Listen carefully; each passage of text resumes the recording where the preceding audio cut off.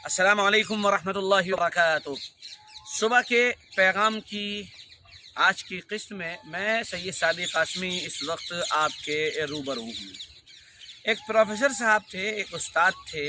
उन्होंने अपने शागिर्दों से क्लास में कहा कि कल सारे शागिर्द, सारे तलबा जितने हैं वो अपने साथ एक थैली लाएंगे और उस थैली में उतने टमाटर लाएंगे जितने लोगों को उन्होंने अपनी ज़िंदगी में माफ़ न किया हो।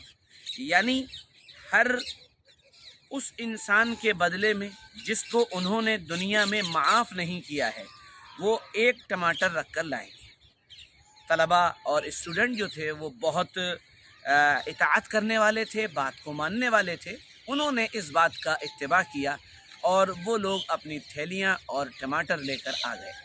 अब इन उस्ताद ने, इन प्रोफेसर ने अपने क्लास में खड़े होकर देखा तो उनको ये लगा और ये महसूस हुआ कि बहुत से तलबा, उनकी थैलियाँ बड़ी भारी हैं, यानी उसमें कई कई टमाटर भरे हुए हैं।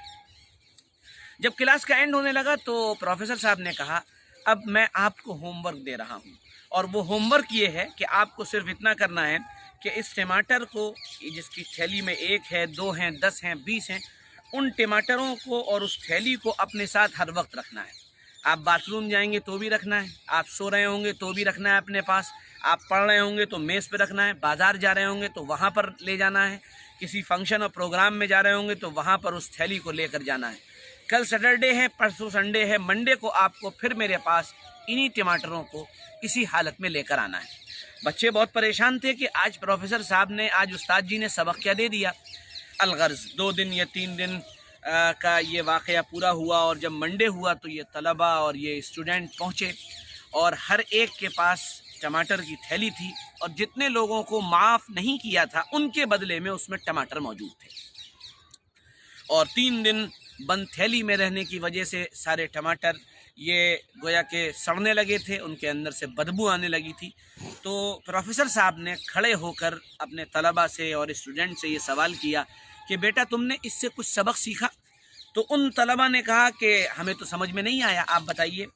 तो जवाब में प्रोफेसर साहब ने कहा कि बेटा एक बात समझ लो और ख़ूब अच्छी तरह समझ लो कि ये जिन लोगों को तुमने माफ़ नहीं किया है और उनका बोझ तुम अपने दिल और दिमाग में लिए हुए टहल रहे हो या फिर रहे हो, ये तमाम टमाटर इस बात की निशानी है कि उनकी सड़ान जो तुम्हें परेशान कर रही है, तुमको तकलीफ़ दे रही है, बिल्कुल इसी तरह किसी को माफ़ न करने का जो मिजाज तुमने बनाया है, वो माफ़ करने न करने का मिजाज तुमको इन रखे हुए टमाटरों की तरह और उनकी सड़ान की तरह तकलीफ़ पहुंचाता रहता है।